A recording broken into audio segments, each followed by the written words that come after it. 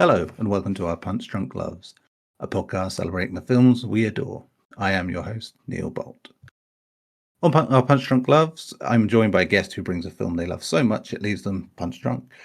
Our combined task is then to discuss why that love exists and to celebrate it. My guest on this episode is filmmaker, an artist, and technical advisor for Unnamed Footage Festival, Evan Jordan. Evan, thanks for being a guest on the show. Hey, I'm glad to be here and to talk about a movie I love dearly, and I like the idea of this of really just getting to know a person through a film they love. So that's cool. Yeah, it's like there's plenty of other places and times to be shitting on things. So this is the Yeah, opposite. no, that's great. That's great. I love that it's a positive angle you got here. You're good, and with a film like this, I think that's all the more necessary as well. I think where it's Oh yeah, given its divisiveness. yeah. There's probably plenty of negative Oh, I've negative stuff seen about this movie on the internet. something that seems to be a common theme, I think, with Harmony. But we will get Oh, into that. definitely. But before we get to the film you brought today, I always ask a first-time guest a few general questions to get you to know your cinematic mood board. Though I feel I might have a bit of a clue with some of these. Just but probably not the first one. So the first question I always ask is, what's your first film memory? Do we want to go? You want to go cinema, or you want like in terms of being in the cinema itself, or in terms of watching stuff at home? Oh, you could do both if you want. Okay, all right. So the first like memory I have of watching a movie in a theater.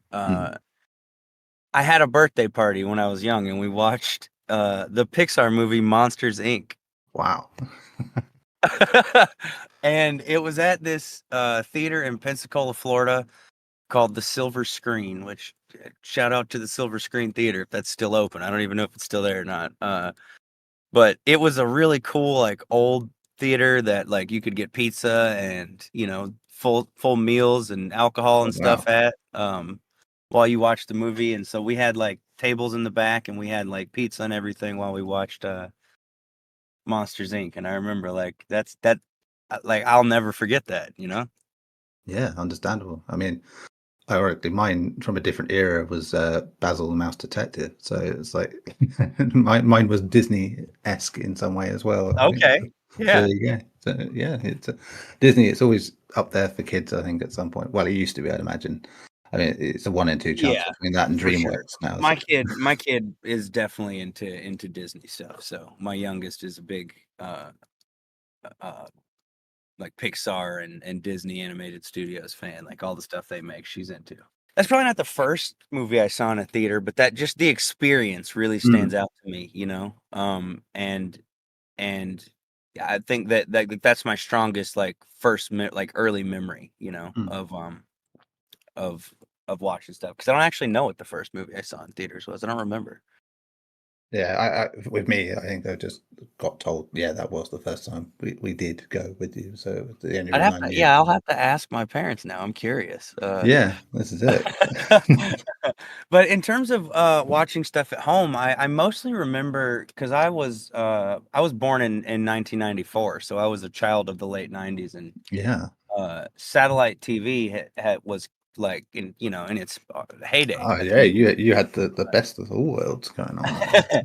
Yeah, and so I remember most of my exposure to movies as a kid was through just watching stuff on TV with my dad or my grandpa, which so a lot of action movies, a lot of Western movies. And of course I watched kid stuff too, Yeah. But basically VHS tapes, going to the video store and renting whatever looked cool from the shelf. Yeah.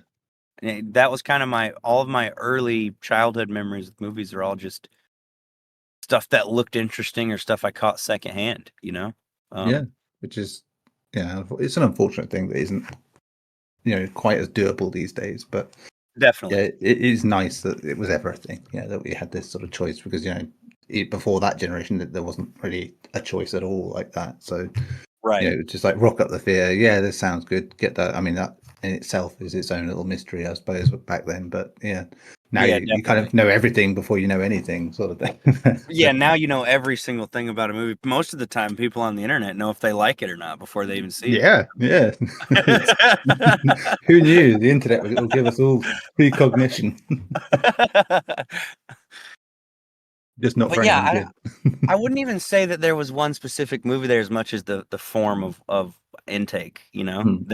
that kind of spoke to how I watch movies now and how I engage with movies now.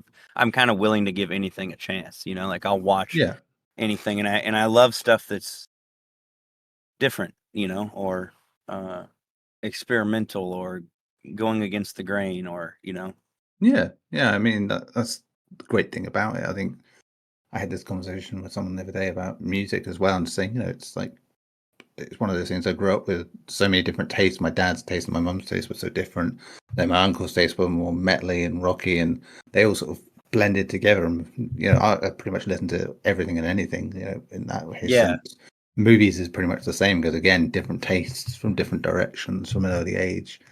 Just kind of just made it all like that. Yeah, just happened to fall into horror more than anything, I think, which is an occupational hazard, I think. But yeah. See, and that's interesting because my horror renaissance happened later in life, like middle hmm, school, I would say later childhood, you know. yeah, And I had it was all through video store there. And had like a summer that where I was old enough to like ride my bike to the video store by myself, probably like yeah, 7th grade or so. And that summer, all I did was go into the video store. Their little mom and pop shop had like a 5 movies for 5 days for $5 deal aye, uh, on anything that wasn't a new release. And so I pretty much spent that entire summer just watching movies with my friends, like going back and forth oh, to the video store on my bike. And beautiful. I watched all of it that summer, like Nightmare on Elm Street, Friday the 13th, Halloween, Child's Play, any old horror stuff. I took it in. The Exorcist, Mainlined all it, of it. yeah. You know, yeah, I was about it, all of it. I didn't even care. Like if it had a cool cover and a cool description on the back, I was in. You know. That's it. It's all it takes.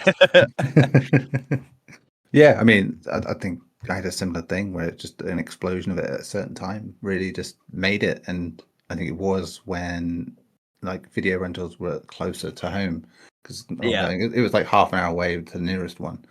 And yeah, this one around the corner was like, it had enough.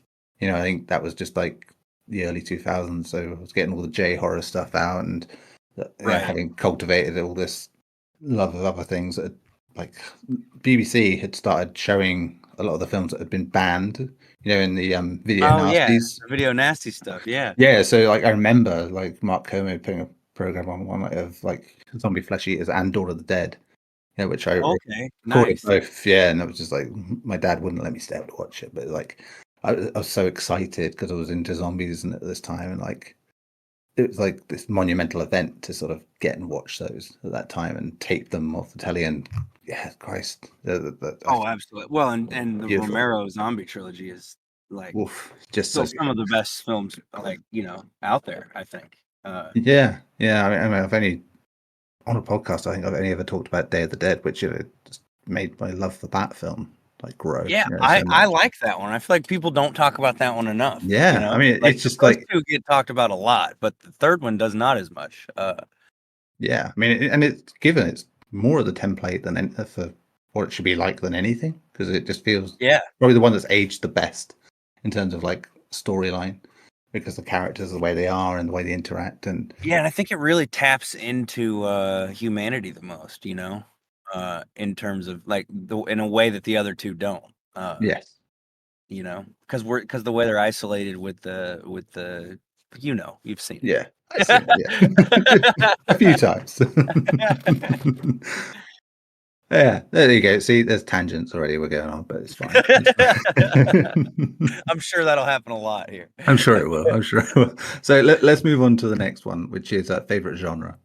You know, I guess I would say horror. Yeah. Because that's what I watch the most of. I watch a lot of like reality stuff and documentary stuff as Mm. well. Um and obviously working with Unnamed Footage Festival, I'm really into any kind of in-world camera films. Yeah. Although we kind of consider it more of a format than a genre, really, because they can be any genre, you Oh know. yeah, I mean, Um, by the list you've got on Letterboxd, of those, your favorites, and it's like, oh yeah, I mean, the things I found off that how different they are, whilst yet they can all still tap into horror in their own little way, which I for think it sure, just comes from the format in general, which I'm sure we'll get into when we talk properly. But yeah, it is proof positive that, you know, there are so many different ways to go with that. for sure, yeah, and a lot of stuff that, you know, like people talk about Paranormal Activity and like the main, you know, like the main Blair Witch and like Yeah. the main found footage movies, but there's a lot of stuff out there that uh, is so different from those movies that doesn't really Oh get yeah. talked about, you know.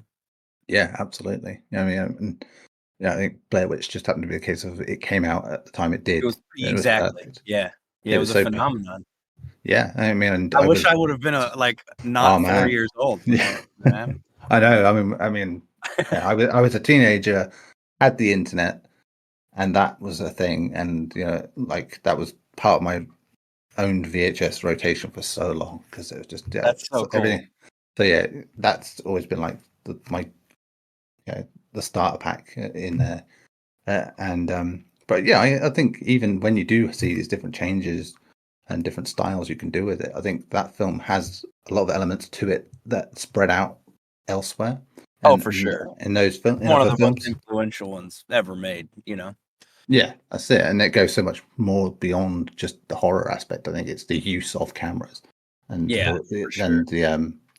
especially when it comes to things that are documenting an event, and that's what they're doing, sort of thing, rather And than it just kind of it created the term found yeah, footage because I mean the opening card of this is their footage, you know. yeah, Before that, there was people didn't call it found footage. It was like mockumentary or that was the closest word you had to describing films shot this way. yeah, And so, and it kind of was one of the first of its kind too. So found yeah, footage yeah. horror, you know, because most of the mockumentary stuff leaned comedic before that or Yes, absolutely political. did. Absolutely. So yeah, I suppose that's like your subgenre, if we're going for it, then would be Yeah, which yeah. obviously. So yeah, I mean, as you say, bedfellows that they are, it makes sense. Um, favorite actors. Hmm. And I That's an always say actors because it's one is always difficult enough, you know. Yeah, yeah, no, 100%. I really love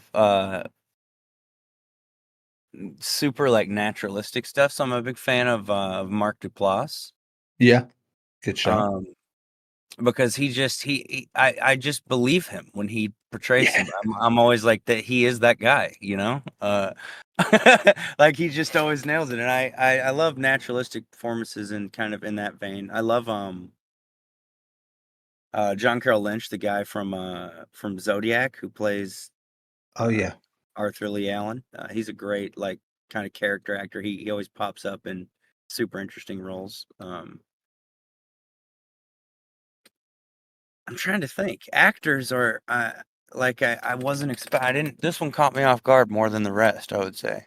yeah. There you go. It's a common habit, I think, with the podcast so far. It's one question, will always at least one question will catch people out. I'm a big fan of a fellow who he hasn't done a ton of stuff, but everything he's done I love. Vinnie Curran is his name. Yeah. Um, and he's in 4 films directed by Aaron Moorhead and Justin Benson, who are a couple of my favorite directors. Ah, And the friend named Chris in Resolution, the addict friend, if you've ever seen that movie. don't think I have. But yeah. He's a doctor in Something in the Dirt, their newest film. He's a side character in Spring, and he comes back as Chris again in The Endless. Ah, yeah. I think I know the one you mean now. Yeah, when you say that, I was trying to think of the film I'd seen him when you said the name. Yeah, Yeah, it was The Endless. yeah, I'd seen him in. Yeah, The that's fine. Endless. Okay, yeah, yeah. So the character he plays in that is the same character he plays in Resolution because those movies are connected. Yeah. Uh, but he actually was just in an Emerald Camera film that we showed at UF last year. So I got to finally meet him and talk to him about how much I liked all his stuff in in Benson and Moorhead's movies. And because as I had a period of my life, and we'll get deeper into this once we get into Trash Humpers, where I went through a phase of terrible addiction, and that's what Resolution's about. So it Yeah. was very meaningful to get to tell him, how great his performance is of portraying an addict in that movie, because I feel like that's something so many movies get wrong. Yeah. And I mean, yeah, I think it really does kind of require the experience somewhat, to like many things. I think yeah, acting can do so much, but I think when you get into specifics like that, it's a tough one to do unless you've got some sort of background in it yourself. yeah, for sure. But yeah, that movie he was in that we showed was called Everybody Dies by the End. A very funny and intense, high stakes horror comedy that is on Tubi. So if people want to, and Screenbox, so if people want to watch it. There you go. Yeah, I just saw that on the list. So I'll see if I can find that over here. You never know with this country. You may find it, you may not. That's true. Yeah, we have totally different catalogs on a lot of stuff. So Yeah, well, over here it's I think because there are two places that have a monopoly on a lot of things, so it's a shrug if they get released, or if they show okay. up on certain services. But yeah, yeah. On a slight side note, like the last three spin-offs of Walking Dead series, like none of them have turned up on British TV yet, which is like I Oh don't. wow. Yeah, because Disney had carried the last lot of the main series, and then nothing since then. So I have no idea what's going on with that. But you can have omissions as big as that. So and Wow. Yeah. I know we So left the EU, but something Christ, yeah. indie making it over there is the odds are probably lower. Yeah, I mean, Prime's Video is actually probably the best one for that, in that they Yeah. tend to have Yeah, you all could always sorts. just rent it, Yeah, VOD. And it's worth it. Support small filmmakers for sure. exactly. Um, so we round it out with favorite directors. Okay, so this one I can definitely dive into. I do feel like that there's probably actors I probably didn't hit, but it's okay. It's That's okay. gonna happen. I would say favorite directors. I mean, obviously, one of my favorite is Harmony Korine. Yeah, I've consumed everything the guy's ever made multiple times. I think the way he looks at movies and the way I look at movies are similar in terms of like mm. how we put them together or how we uh, just kind of view them. Yeah, And I also, like I said before, I'm a big fan of uh, Justin Benson and Aaron Moorhead. All of yeah, their films are kind of a sci-fi horror, and all of them are really time centric, which I think is something that I find myself thinking about a lot, and that I find so fascinating and yeah, simultaneously in like a positive and a negative way, yeah. because time is great in some ways and terrible in others, and they explore that in very interesting ways that I like. And yet make it feel so much bigger. Like Right, that. exactly. Yeah, it expands the scope while also making it feel so. That's a good way. Yeah, they tell intimate yet massive stories. Yeah, which is like as an aside, it feels kind of like the opposite I felt about like Villeneuve's June, where I felt it's like it feels cosmic, but it's actually on another level just felt really shallow to me. It's like I Yeah. couldn't quite marry the two things the way I wanted. It is like the flip side of that, I think with what they do. Um, it is impressive to be able to do that on a small scale. Oh, for sure. For I've sure. seen a few in the last few years, I think, in film wise, where you see small scale films really embracing what they are and going back to that, trying every trick in the book to make it feel like it's not cheap, which has been hard, I think, Right. with the dawn of CG. Um, the use of it has been a bit flagrant and sloppy, to say the least. So when Yeah. you do find places that use it the right way, or because it's hard to avoid it, but it's just makes it a lot more special. It's that thing Yeah, you always go back to. did you see their movie Synchronic?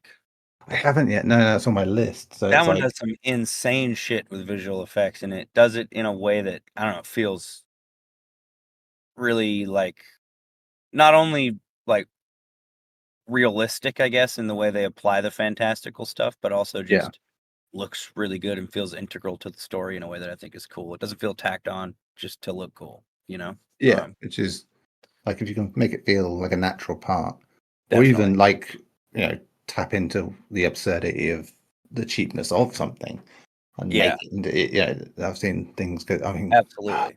like I don't know if you've seen the film Hundreds of Beavers I that came out haven't. recently. I mean, it somehow on a bugger all budget, it evokes like classic Looney Tune style cartoons in live action Okay. by being cheap as fuck. But it's just funny. I don't know. I think it's the Lake Michigan Monster. If you've seen that, Oh, I have seen that. I love yeah, that. Yeah. it's the same guys basically. But Oh, then I'm sure I'll love it. Yeah. Yeah. yeah, They have a real knack for like parodying or satirizing like very specific yes, types of movies. Yeah, yeah, I'll have to check that one out. I didn't realize that was the same people, but Lake Michigan Monster is great. I got the Arrow release of that. yeah. That's a grand one as well. But yeah, I think that I found that ridiculously good at what it did in that way of just making the most Yeah, out of a small absolutely. budget. Yeah. Anyway, again, And I think aside. that's one of the things too that in-world camera stuff is good at. And I think one of the directors I really like, who's kind of just had one smash hit and has another one that I've seen it and it will be a smash hit. Yeah. Is Robbie Banfitch, who made The Outwaters. Oh yeah. People are really, that's another really polarizing film, but it's like came out of nowhere and is a huge success, and I think deservedly so. So I think he's one to watch especially in the in-world camera space, because to come out with a debut like that, and then his sophomore feature that's still in the editing bay that we showed at an early cut of it, Unnamed Footage last year, is called Tinsman Road.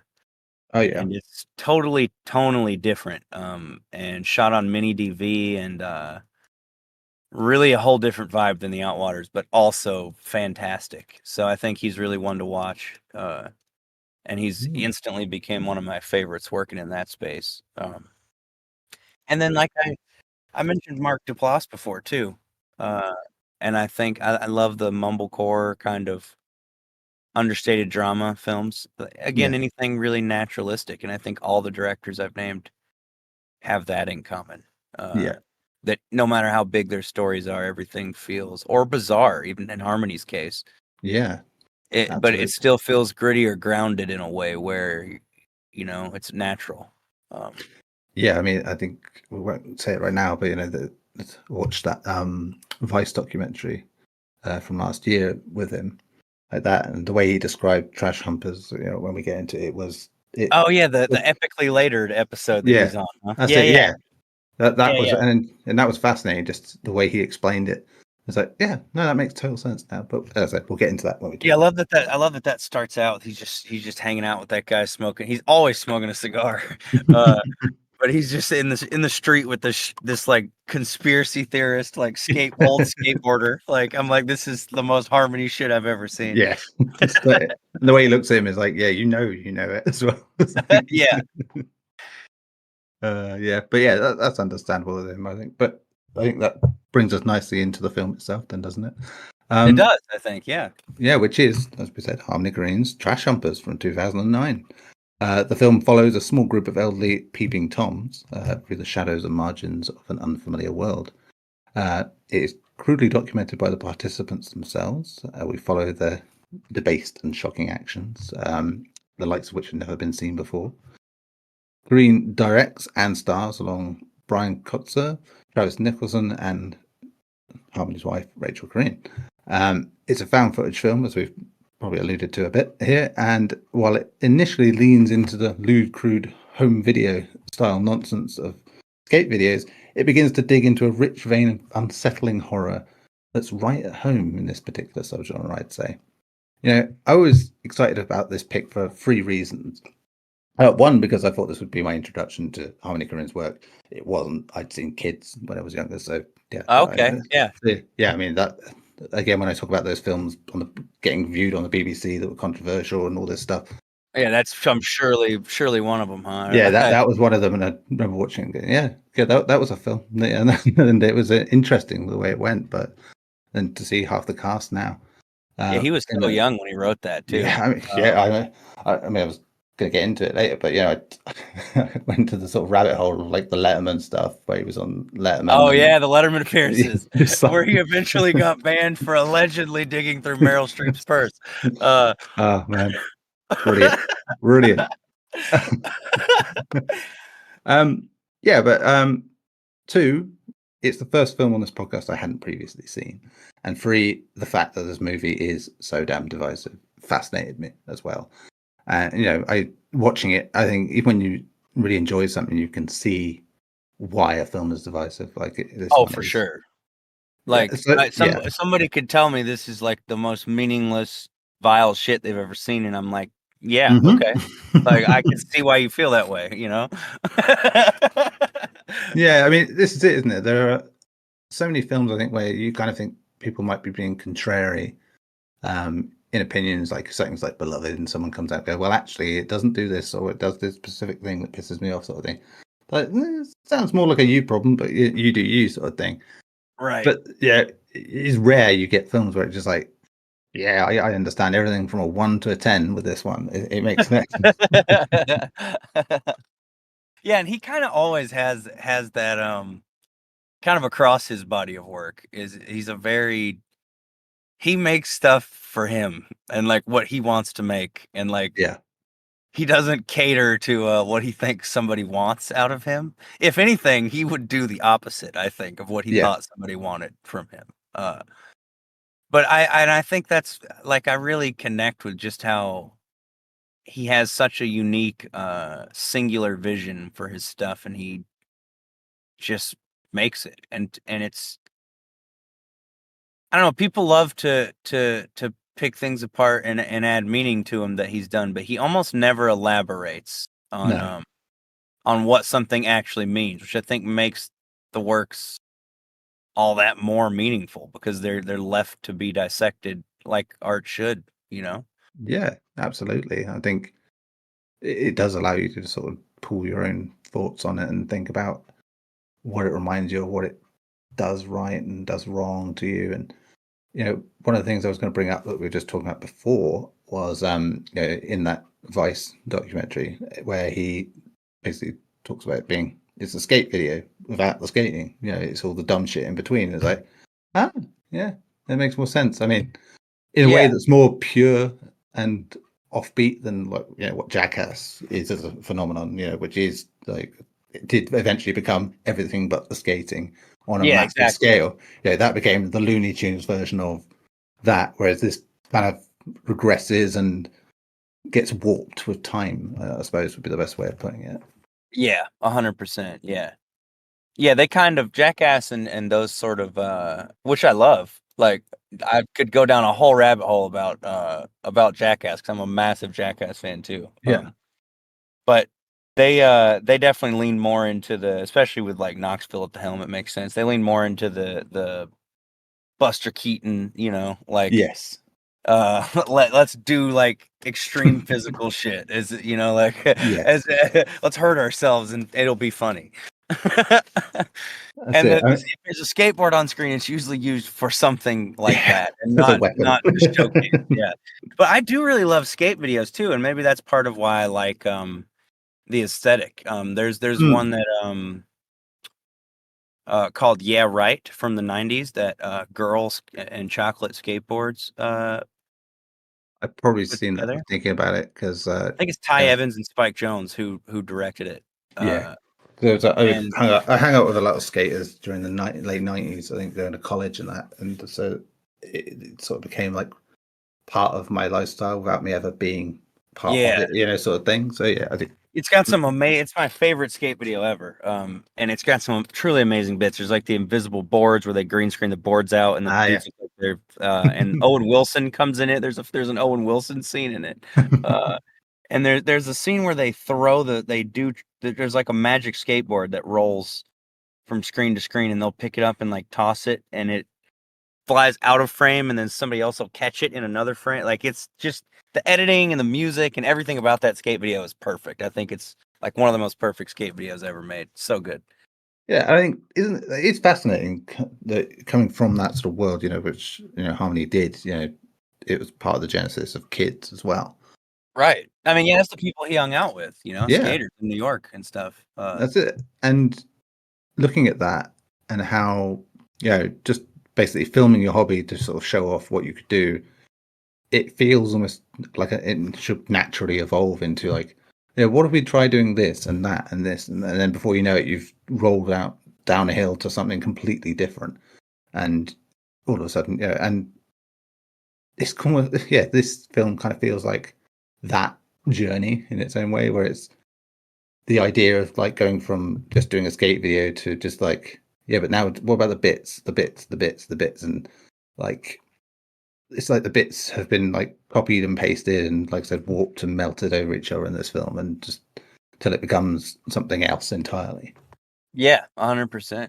And I don't think, especially with Trash Humpers, if you look at the kind of the arc of Harmony's life after, because and if you watched the Letterman appearances too, so you saw how each time, and he kind of, by that last video, is super like spaced out acting, and like he's and so he had a dark. There's a few years where kind of like people don't really know what the fuck he was doing or where he was. He says that he was mowing yards. That's what I've watched a lot of interviews, and he's like, they're like, what were you doing during this time? And during that time in his life, he did a podcast appearance with a guy named Kaveh Zahidi. I'm sure I butchered that pronunciation, but they talk about their careers. He's a filmmaker as well, and so he brings up that time in Harmony's life where he's kind of unaccounted for, and he says, what were you doing during this time? And he said, well, mostly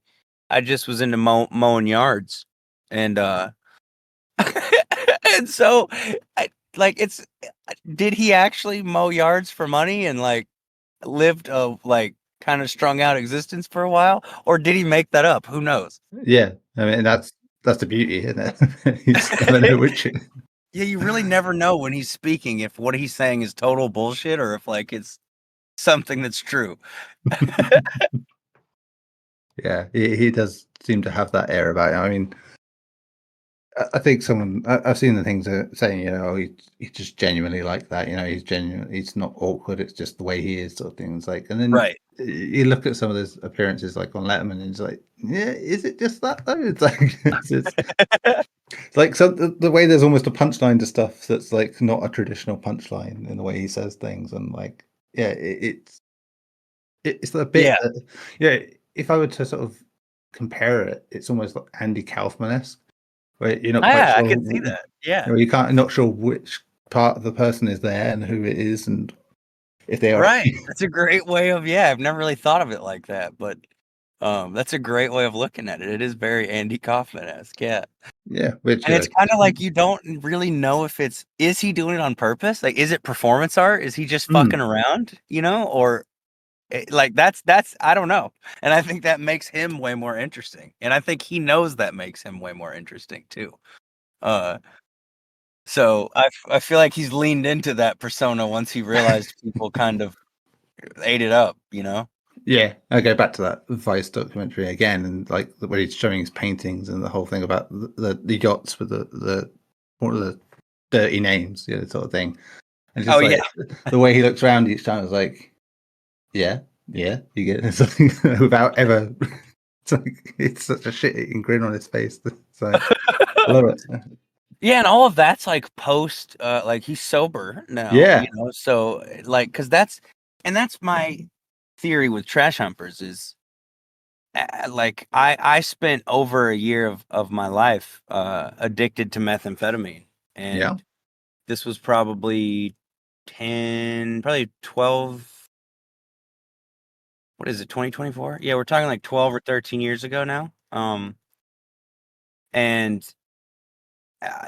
like I eventually, obviously, I'm not an addict anymore, and I like have a family and stuff now, but I kicked it all to the curb myself, and I enjoy watching films that I think are either that directly or that I think are about addiction. And this is one that I Mm. think I view it as an allegory for addiction. Uh, and Yeah, there's a I lot can of see that. reasons why I think that. Uh, and obviously he's never going to confirm if that's what the movie is or not, and Mm. maybe it's not even that to him. But that's how I feel about it. Yeah, I mean, for him, it could have just manifested from that, quite easily without him even realizing it, which is Right, and that's why I brought up, the time it came out was like right after, because he the first film he made after he got sober was Mr. Lonely, but that was an idea I think that he kicked around for a while. mm, It felt to me like Trash Humpers was his first, like maybe he had written that movie or even subconsciously, like you said, that was coming through, in what he was making. yeah. Because I I think mean, we do that with art, especially artists who use their art to deal with stuff that's going on in their mind, oh yeah, absolutely. Yeah, I mean, it's some do it over and over again, and it's like therapy might be cheaper, guys. If you want to get through that, or rehab, one of those two. But probably not as lucrative, I'd imagine. But at the same time, you understand, but that can be the way that people want to deal with that and want to get that out, like that. And he strikes me as someone that like can look at it and just like, yep, I did that. I was stupid. I was dumb, but I don't care. But I do, sort of thing.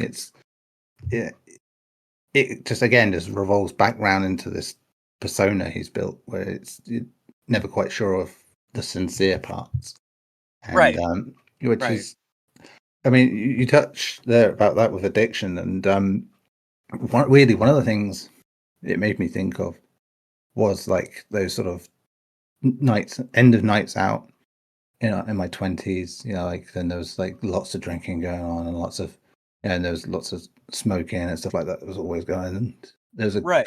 there's a guy in our group that was like, he was getting bad, he couldn't handle drugs at all. And it was like he ended up having like a psychotic break eventually after, because he just wasn't the kind of person that was really meant to be dealing with all that. But because of the group he hung around with, it just felt like odd and horrible that it went like that.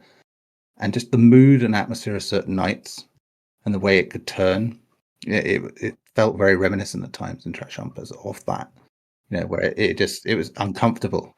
Things can shift on a dime, Mm, and I think that their behavior, like I've watched this thing so many times that I've like gotten to the point where I watch like the little things they do, and like yeah, and obviously I've got this theory in my mind now that that's what I think it's about. So obviously I'm trying to find, like, yeah, I'm clinging to things I see that I'm like, oh, but I, like the only thing that the characters have in their life is really the other people who share these same yeah, bizarre bad habits, which is how it becomes once you've been using drugs for a while. You only like you burn all your bridges, except for the other people who are doing it with you. yeah. And then it all feels almost normal.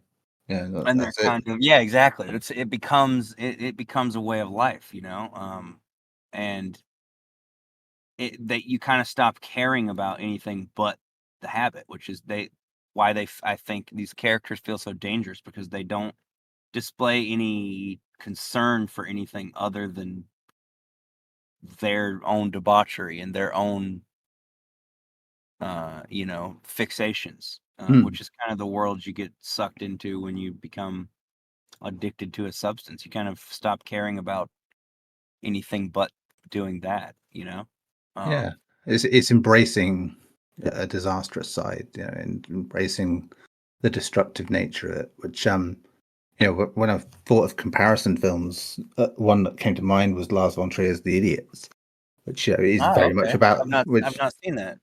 well, yeah, in typical Lars von Trier fashion, it's something pressing buttons by a bunch of people who go around pretending to be mentally challenged, basically, and Okay. using that as an excuse to get away with whatever they want. And on the surface, that sounds like the most Farrelly Brothers kind of shit ever, but No, I definitely could see, you know.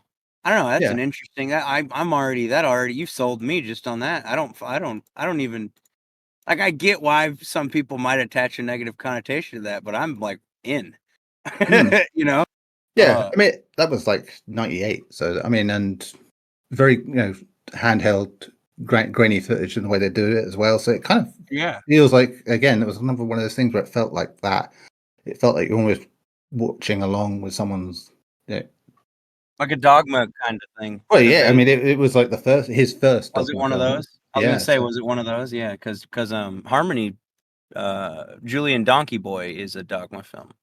yeah, so I haven't seen Yeah, that. So, like I said, this being the first thing. So yeah, the other films have also come into my watch list now. yeah, So, that one's really great as well, and it's a Dogma film, but it kind of breaks. There's a few Dogma rules it breaks, but I guess they liked it enough they just let him break yeah, them. yeah, I don't know, because they were real like weird and stern about how those rules, like if you didn't follow them, you couldn't get in. It was like an elite kind of, but they let that one in. So there you go. That's it. So I mean, yeah, going back to that. Sorry, the idiots. And the thing in there is like they don't glorify this detestable behavior either of the cast. It's like it's very much an observing of the behavior in all its forms. It's like in the same way that Trash Humpers has that, where you are watching and you get curious about what they're doing, and in a car crash kind of way. But yeah, sure, yeah, occasionally they just ramp it up to the thing where you go, "Oh, fuck's sake, come on!" It's a bit yeah, much, sort of thing like that. And that's straight away was like, yeah, that really gets to it. I mean, I think the difference here is like there is no deviation from that train of thought, no falsity to it. I suppose in the idiots, it's very much the case. Their beliefs of it kind of unravel as the film goes on, but here it is very much like a steadfast. No, this is the people we are. Nothing's going to change, yeah, sort of thing. Which again, when you talk about the addiction angle, that makes perfect sense too, because yeah. They kind of see this, themselves as normal at the yeah, and everybody else as the strangers, especially in how he gives that speech at the end about you know what I'm talking about. He's in the car and the yeah, camera's focused on him and he's talking about we don't go to church on Sunday and we don't play no games on Monday, and I suspect I'll catch my second wind, and like he's really like he's talking about how they fully like believe everything they do to be right and normal and perfectly yeah, okay, even though it's questionable in a lot of ways, yeah, to say the least. And I think that's kind of a thing. That's a thing I fell into with my addiction at a certain point. I mean, especially in terms of like such a specific example as being awake for a week at a time, and you think you're acting normal and you're not. Uh, you go to a store and you're like, why are these people looking at me? Well, because you're being weird. uh, and you don't, I don't know, you think of yourself as normal. You fall into this weird daze where you think everybody else is the weird one. And there's just a lot of little things too, like, like the guy, he's standing in the corner telling these stories that like almost certainly never happened. It just sounds like made up shit that he's saying. And and he's like, I've experienced that. Like I've been in a room where that happened, with like people who were just sitting around doing. I mean, we were doing drugs. We weren't humping stuff, and and but it's the same. I don't know, just the same scenarios. There's some of these scenarios that feel so similar to things that I actually experienced while I was an addict, and they seem to not show like value for human life, Um, yeah. And I think it goes back to what I was thinking with like remember my teens and 20s, where you'd have those dark moments happen nights out. Yeah, not always in the same person. Like you go. I remember one time we a bunch of us like got the same flat together, like lived together for a bit, and it was a very short-lived thing because everyone was a flake and it just didn't work out. But we lived with this one guy we didn't know, who seemed cool, calm, fine, but he went fucking nuts on Nights Out. You know, like he would Yeah. start spouting off all manner of shit, and it was disturbing. And then knowing you had to go back and live in the same house as them, it was like, yeah, not fun either. But yeah, the amount of times I can remember people like that at the end of Nights Out that have been full of drink and drugs and stuff, and it's just like every night you ever do that, you regret obviously the morning after. But Christ, yeah, it's like nowadays I can look back and go, I genuinely wish I'd never wasted so much time doing some of these things, because it's like you don't remember half the good things because they're stupid, really, when you think about them, and Yeah. irrelevant almost in what they are. But yeah, in the moment when you're like that, oh yeah, it's fine. It's let's do stuff like that.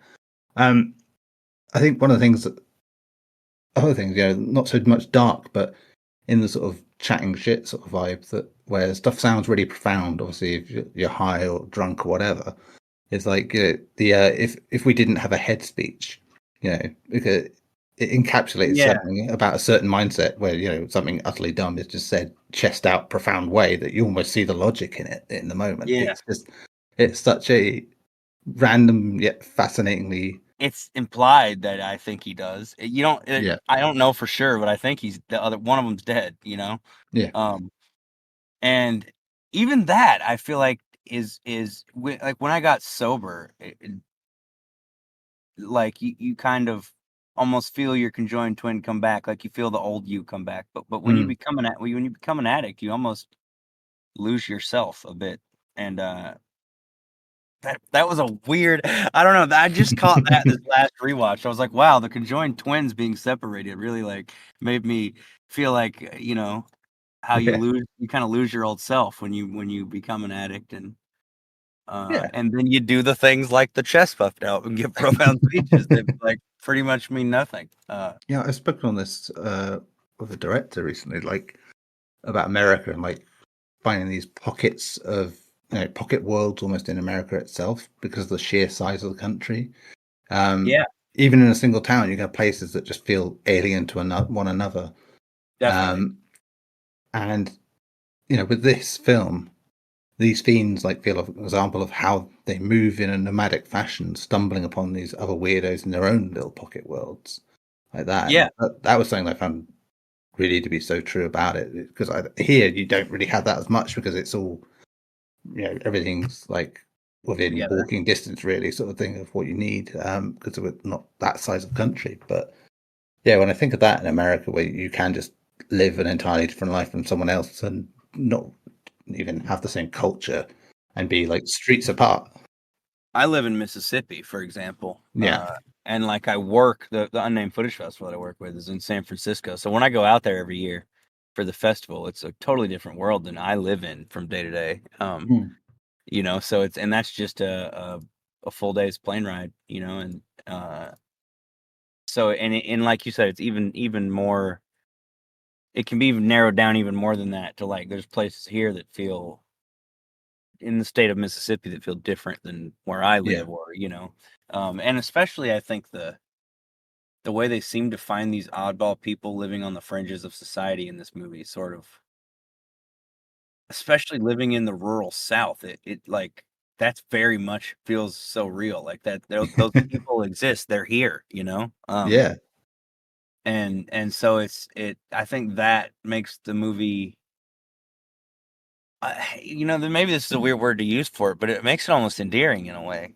Yeah, because it does feel like, I suppose, Americana, if you will, in a true sense, because Right. you're getting a proper, truthful view of what it's like in a way. It just seems absurd when you think about the film in general, but yeah, those Yeah. moments are the most real thing about them, because again, you can tell are these actors or people or whatever. They just seem so normal. I think when you were talking earlier about like just these natural performances and things, it's like Yeah. this is a film that's just constantly like that, and then found footage has to kind of have an aspect of that to work. Definitely. Yeah, you have to believe what you're seeing, in a Yeah. way. And in the people, and believe that they are the people they say they are, doing the things they're Right. doing. And yet you have these central characters who are obviously so very out of that world and doing their own thing that they kind of work for what they are. But definitely. it's grounded by having those people around who are just as weird in their own little ways, but feel so much more normal. I think because we've seen people like this here, there, and everywhere in our lives. Yeah, definitely. And there's just so many little things like that every time I come back and watch this movie, I feel like I attach myself to something new, or I find something new or a new detail that I'm like, oh yeah, I like that, and I think that that's something that I feel like happens with all of his work for me. There's enough substance there to explore that I find new things every time. Even like in the week or so since watching it, it's like I keep thinking of different things about it, and like it stews in your brain in that way. There's different ways to view it. As you say, you've watched it multiple times, and even with that, idea of what you think it can be, you can still pick out things that are beyond that idea, and like those little details and little things that make you go, oh, okay, this is interesting. And it's why I like discussing films in this way. It's because you can talk to someone else and really sort of extrapolate what you're thinking and feeling and learn more about the film than you ever realized by having this discussion and really just pushing it out there and seeing something a bit bigger about it. Yeah, definitely. It kind of, and that's one of the things too, especially with Trash Humpers. I would say even more so than any of his other work, is left more open to that. Like, Yeah. what you could tell me this movie meant something completely different to you, and I would be like, yeah, okay, like there's so many things you could get from it, and so many things you could apply to it in terms of meaning, and I really like those sort of films that kind of allow the kind of discussion like we're having, because there's so many films, especially nowadays, it feels like that are, I don't know, they're pretty cut and dry. There's not a lot to really break down about them, Yeah, there's a simplicity, I think, Right. where it's like even when it's complicated, the bare bones of it is simple, and it's very much a case of you like this film because you like that person in it, or that the franchise, or whatever it is, or you didn't because Right. they don't like those people, sort of thing. Like, I think that's why I gravitate towards independent films more, Hmm. because they kind of tend to, since they don't have to be evergreen, not everybody has to like them. They don't Yeah, need to make $1 billion to make their money back, like they can kind of make movies very specific and very yeah, open and very different than like a studio film can be made. yeah. Um, I mean, I think it even like applies to smaller films like that get some sort of fame now. It's yeah, like even they are talked about in the terms of like, oh, and I've written it enough times to know this, that oh, it had a budget of like this many thousands and it made, you write it because that's what people like to hear, unfortunately, about films. It's like, how yeah, much money did it make, how much of a success is it, right. rather than discuss the why the film was good or why it was successful like that. I mean, sometimes it's just because it was good on TikTok or something. Yeah, It can be as simple as that. I mean, I look at that with saying like the difference, I would say, between Terrifier 2 and Winnie the Pooh, Blood and Honey, where both are like low budget. Both were kind of marketed the same way, but one had like this whole license thing that obviously has kicked off this whole thing of like kids things as horror again. right. And but one is a genuine love of a certain kind of cinema and works in Terrifier 2. Whereas, Winnie the Pooh thing is like, yeah, you can say it made a lot of money for what it was, and just had a small budget, and it meant that to make a sequel that's going to be more expensive to make, and it was look great, but yeah, it was a terrible film. There's no doubt I about that. haven't Yeah, seen it, but yeah, I kind of don't know if I will. I feel like it yeah. probably It feels it. I mean, I see it straight. You can see through films like that because it's like you had a film, and then you had an idea after the film that you sort of retrofitted into it. So it's a film that was clearly a slasher film, and they added the Winnie the Pooh stuff by having the masks on top, and that was it. And Yeah, fine, yeah. And with a low budget, it worked for that enough. And you don't really take a big hit, I suppose, if you get viral enough to make like that. And shown by the amount of people doing that now, I suppose, in that space. But yeah, I think it is nice when you can have those films that don't really rely on critical praise and what the financial success is, and left it in trash cans to be found, sort of thing. That would have been the perfect way. Yeah, Yeah. it feels like something that you truly could have just found under a bridge somewhere, Which makes, to me, is like the found footage in the truest sense, because it's documented as like a manifesto by these people. They want this to be found. Right. This is the giving out flyers in VHS form, effectively, of like, this is our belief system and this is the way we think the world should be. That end speech you were talking about is kind of drives that home, doesn't it? Yeah, definitely. And there's a zine that comes if you buy the DVD of Trash Humpers, which there's actually a beautiful new release coming up from Umbrella Entertainment. Yeah, I saw a report with on a it. Blu-ray, and the first time it's on Blu-ray, which I don't know how much I don't know how much quality that Blu-ray is going to net you on this one, but there's probably bonuses that wouldn't fit on the DVD, maybe, but the DVD that I have, it has a zine in the front of it that has photos and different ramblings from Harmony and things, and there's a director's statement in there on Trash Humpers that I think is really interesting, and maybe it's Harmony doing his performance art thing, or maybe it's true. Who knows? But this is what he says about Trash Humpers himself. He said, "I remember when I was a child, there was a small group of elderly people who would hang out in the back alleys and under bridges by my house. They always seemed to be getting drunk and dancing. One night, I looked out my bedroom window and saw a group of them humping trash cans and laughing. It sounded like they were speaking a strange, invented language. This is a movie about them." Did he see these people out his window? I don't know. Maybe he didn't. Maybe he made that shit up. Yeah. But maybe he did. This is it. And what's fascinating there is I'm sure I've heard him tell that two different ways now as well. Like, oh, yeah. Yeah, so it's like, which, if it was a memory when you're young, yeah, fair enough, you may change the details slightly, but it's like that playful, slight change in the storytelling that makes it go, okay, I get it. Like, I think the original version I'd heard of that was basically didn't even include the trash humping stuff. That was like the film that came later. But yeah, so that there is the interesting there's part so many about variations to it, to the story, like there is with any story especially that gets passed around or that gets told about. It changes, and I think that's, even though it's all coming from him, he kind of, I don't know, the guy's an enigma, and I love that, like, he creates an almost air of mystery around himself by doing these things, and not in the way that normally happens as well. It is just right.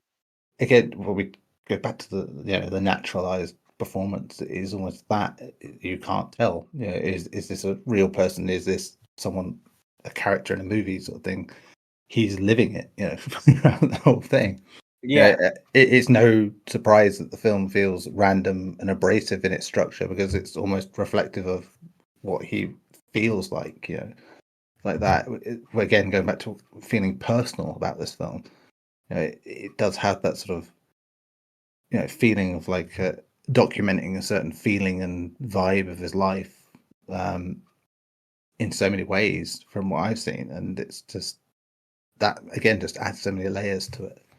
For something that's something that if you watch the first 20 minutes, you'd be like, what the fuck am I watching? Generally, Right. it's I think most people would have that reaction. Oh, definitely. And after that, where you come out of it, the other side, I think, can just split so many ways. But that's the beauty of it. I think it could lose people before that, just as Oh, yeah, easily. there's people who have made it 10 minutes in and turned this off for sure. Yeah. Countless people. But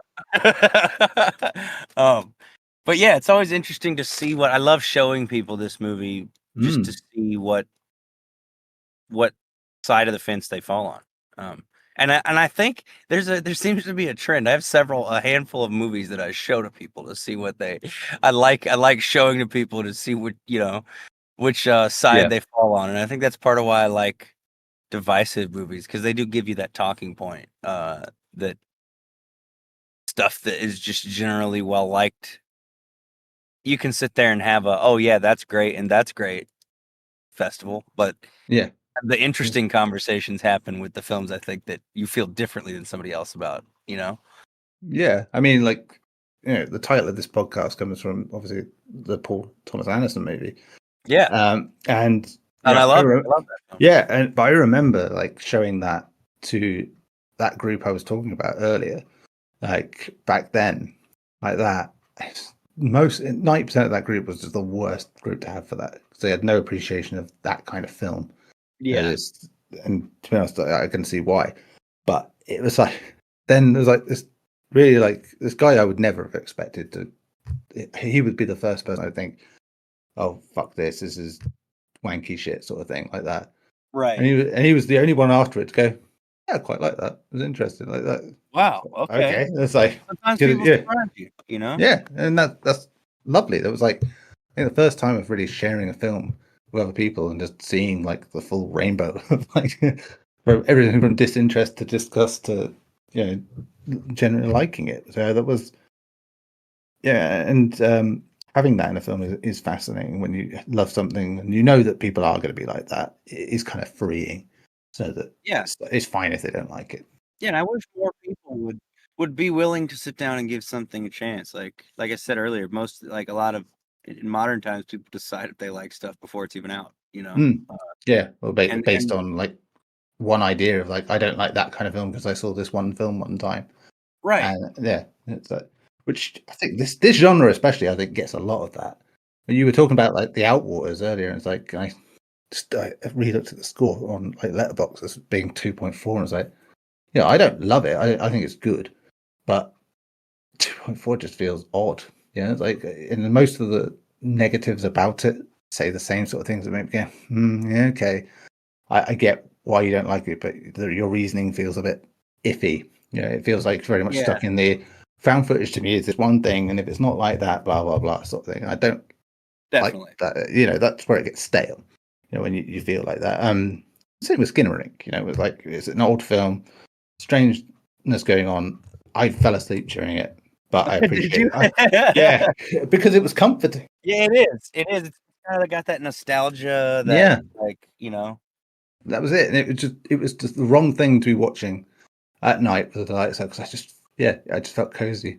I went to sleep. Like that. I hate that because I don't like missing films like that. But Yeah, I think my favorite thing about the Outwaters was just how it does cosmic horror in a way that I like. That is cosmic horror where they don't like because I feel like modern cosmic horror has gotten to the point where we're just like tentacles, make it cosmic yeah, horror. yeah. I've had this discussion so many times. Actually, was talking to Dennis Powley, who obviously did wrote Reanimator, things like that. Did Suitable Flesh with Joe Lynch recently as well. And you know, obviously he's done Lovecraft and studied that work because he like does that. Yeah, You know, he's a teacher of that as well. Yeah, I was talking to him about that, saying, you know, like, you know, what is it you've got to get right about Lovecraft and cosmic horror that you don't see in so many movies? And it's the feeling, it's the idea of what it is, not specifics. You can't right. get into specifics because that's when you lose the point of it. You know, you Yeah, are and I basically love that like Outwaters just kind of I've seen that movie several times. I even saw a couple early cuts and like I have no idea what the fuck was in that desert. I have no idea what killed those people. And I think yeah, that's why it's great because yeah, it shows you glimpses of what's happening, but you never fully grasp what's even happened to these people, which is like it's incomprehensible, that's cosmic horror. Beyond our comprehension, you know? yeah. I mean, like that goes back to what the Blair Witch Project did so well. I think it is just so vague and so Yeah. it could be real, could be fake sort of thing because you don't see anything, and it's like obviously that got ruined with later films because they show everything, or Yeah, and right.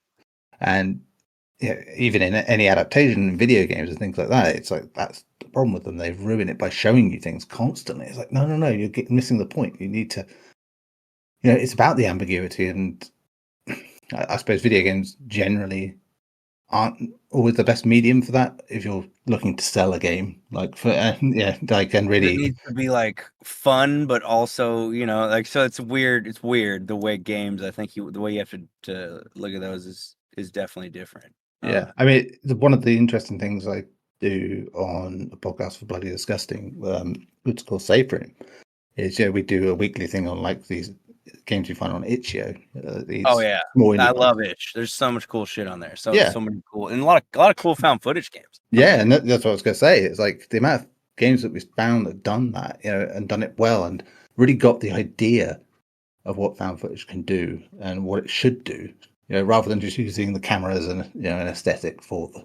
Yeah, I always think of Outlast being a game where it's just like Yeah, you didn't need the camera really. Like it's just it feels a bit gimmicky to have it in they that just case. made it. Yeah, they made it your light source sort of. Yeah, And it really could have just been a flashlight. that's it. And so it's great to see that in the small space, seeing different experimentations, like literal found footage. Like there's a bunch of games called the Lancaster Leaks. Yeah, Lancaster Leaks is a good one. I actually did we have a found footage zine, and I did an article. Me and my friend Madeline, who's the director of Unnamed Footage Festival. Yeah. We have a zine called Footage Fiends, and my article in the first issue is about found footage used in games and the Oh, different there you ways go.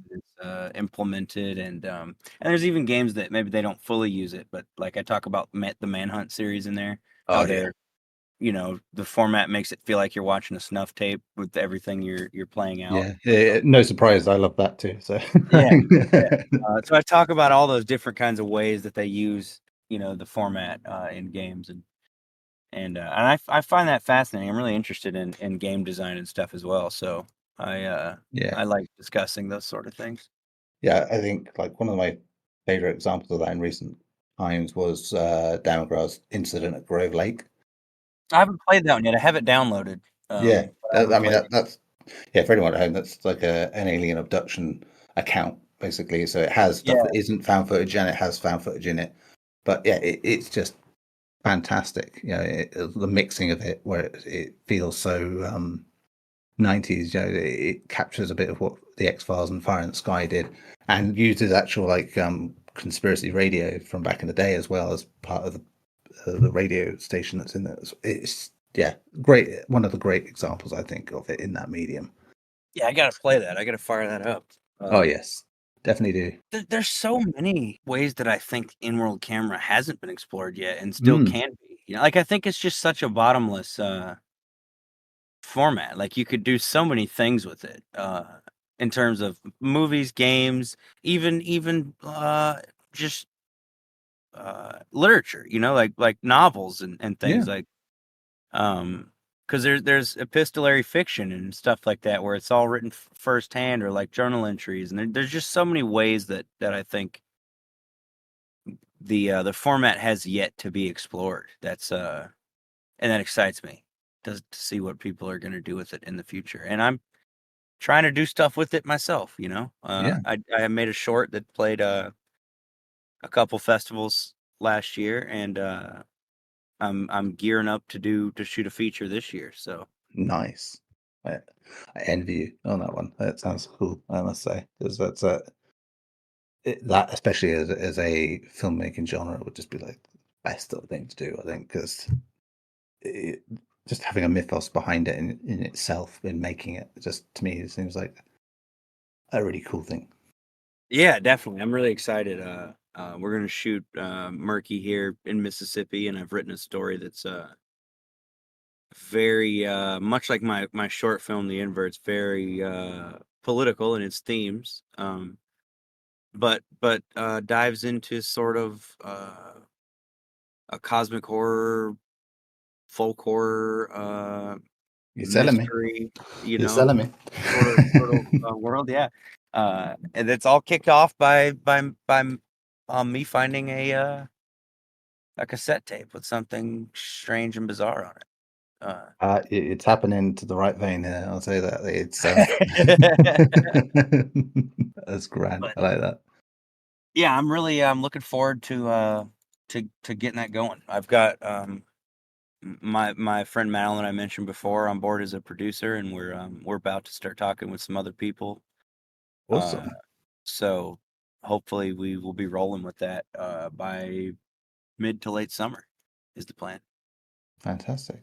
I think that's a good place to leave the conversation on it. This has been great talking about this. I've really enjoyed it. Again, especially because it's been a film I had no knowledge of going in. I've gone down a fresh rabbit hole with all this now as well. So Yeah, that's always absolutely. appreciated. And like beyond this film as well, was the stuff you had on your list as well, which were just some really fantastic examples. Yeah, I saw you had logged a couple things off of there, and I was excited by the stuff you watched. I love the dirties. Oh, days, yeah. I was just Yeah. like, that was ridiculously good. And Exhibit A, just wow. Yeah, Yeah, Matt Johnson, the guy who did the dirties, his new movie Blackberry was pretty big.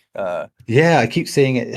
We were talking about Amazon earlier, like in Prime Video. I liked it. I enjoyed Blackberry quite a bit. I think he's another very interesting filmmaker. He's got another Emerald Camera one, Operation Avalanche. It's great. But yeah, I love that guy. Yeah, I saw that again. Yeah, it was another one I saw on the list. I was like, "Yep, I got that. That's on my watch list as well." Because, like, I mean, Yeah, space, NASA, taking the space moon stuff. landing, like, come on, you gotta. Yeah, I mean, NASA and space stuff is another like one of my lovely, cool little things I like to watch films about. Yeah, so that was like, yeah, that's going to be on there definitely. We showed Trash Humpers at this year's Unnamed Footage Festival on 35 millimeter, and that I think that's like I can't think of a like that's my greatest accomplishment with the film festival. I feel like is getting to watch Trash Humpers on 35 millimeter because I chased this for a while to try to line it up and make it happen, and I'm Well, yeah, you got the opportunity, so why not? That's it. right. And to see one of my favorite films, in on film like that. Yeah, So, but yeah, I love Harmony Korine. Go check out all of his stuff, definitely, because it's all got that same kind of spirit to it, definitely, yeah. And I would say those additional pieces like those the Letterman footage and the Vice interview, from very different points in his life as well. I think it's just like a nice extra bit of context, isn't it? I think 100%. There's also an episode there's a German show called Into the Night. I think it's German. Maybe it's French. It's a French show, Into the Night. And there's an episode with Harmony Korine and Gaspar Noé where Gaspar comes to Nashville for the premiere of Trash Humpers at the Belcourt Theater, and who interestingly is still who handles the film print for Trash Humpers, the Belcourt Theater. But he brings him to Nashville and he takes him around Nashville, similarly to Trash Humpers, where he takes him to meet these very fringe society people and people that he knows around Nashville, and takes him. They go at one point to like a junkyard and they play with walkers like elderly people would use, and like it's just this weird little adventure through Nashville, Tennessee with Harmony Korine and Gaspar Noé, and it's a great watch as well that adds some cool personal context to it, Yeah, that sounds fascinating itself with Noé involved as well.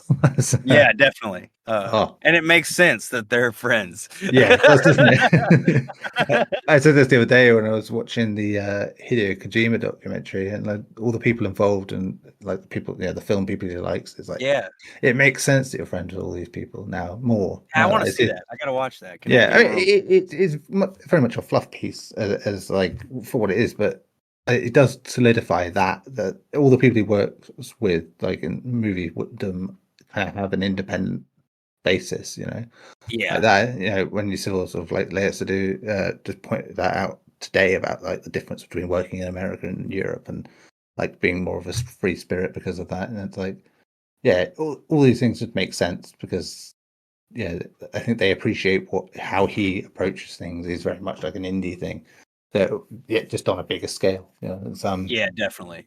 Yeah, so I like that, seeing like-minded types come together like that, and especially when you don't really think at first, oh, Yeah, actually, no, they would make sense together. And Right. but yeah, that's a cool thing to hear. Before we go, is there anything you want to sort of shout out for yourself here? I did recently start a podcast with my friend Kelly McNeely, uh, Yeah. who works with Black Fawn Distro and has written for countless horror publications. We started an action movie podcast called Click Ooh. Click Punch Kick, and it's on all major podcast services. Episode 3 just came out, and that one was about Bruce Willis, and in honor of his birthday month. We talked about the first 4 Die Hard films, and we mentioned 5. In And then passing. yeah, and then we got into a few other singular films from his storied action career, and obviously we kind of called it a part 1 because there's so much Bruce Willis that you could Yeah. bust into, but and then our first episode we kind of covered our favorite action films. The second one was in honor of Black History Month. We did an exploration of some blaxploitation films from the Nice. 70s, and sort of explored that genre and talked about the history of it. But I'm really having a lot of fun with that. I like I said early in the show, action films is one of the things that I was exposed to from an early age, Yeah. and have always kind of been a fan of, since that's what I grew up seeing a lot. And so it's been fun so far exploring that with somebody who is equally interested and passionate about these things. And um, Always the best teaming for a podcast is y- having that like-minded appeal with things. yeah, definitely. Our upcoming episode is a 420 episode where we're going to indulge uh, in some party favors while we discuss some very specific action comedy films that spoof certain things. Oh, okay. That sounds And good. yeah, I think we've got an interesting thing going, so you can check that out. I've probably said way too much about it already. I'm rambling, Hey, you're but in the you can right check it podcast out. for it. So. Yeah, you can check that out on wherever you get your podcasts. And Void Video, another podcast I do, will be returning later this year, and that's more of a general movie podcast. So we'll have to get you on one of these. You know? Yes, please do. I love talking. Yeah, I do too. I love talking. That's one of my Like favorite not things. in real life, but yeah, in podcasts, fine. But Neil, I appreciate you having me on here. This was a blast. I'm glad I got to talk about Trash Humpers, and I'm glad that I was when I first suggested let's watch Trash Humpers, I was like, for a podcast, is this the greatest idea? Because what if he hates it? But then I was No, like, well, yeah. maybe it would still be okay. So Oh, well, yeah. I mean, that's the thing. It's like point is it's not even really about what I think. It's about my guest and what they love about it. It's like so even if I'd hated the absolute shit out of it, I would still have been looking for the positives. yeah, no, but I'm glad that you seem to like it as well. So that I was relieved when I saw you log it, and it wasn't like a half a star, you know. Yeah, I Uh, was like, all right. Yeah, I'm a sucker for ambition that is just abrasive. So it's an easy win for me. When we talk about like Gaspar, it's like oh, the absolutely. climax, for instance. I fucking love climax. So Oh yeah. so yeah, anything that rankles is interesting for me. Whether I like it or not. In this case, I did, so it's good. So Yeah. Yeah, absolutely. Well, I'm glad you did, and I appreciate you having me on here to talk about it, and letting me dissect my very specific theory about this movie that I love bringing up to people who have seen it. So, there you go. Always appreciated. And then, I'm sure we'll have you on again at some point as well for a different film. hey, I would love it. I would love it. Fantastic. Yeah, so that's it for this episode of Punch Drunk Loves. We will be back with another guest and another film soon. Until then, go show your Punch Drunk Love for your favourite film.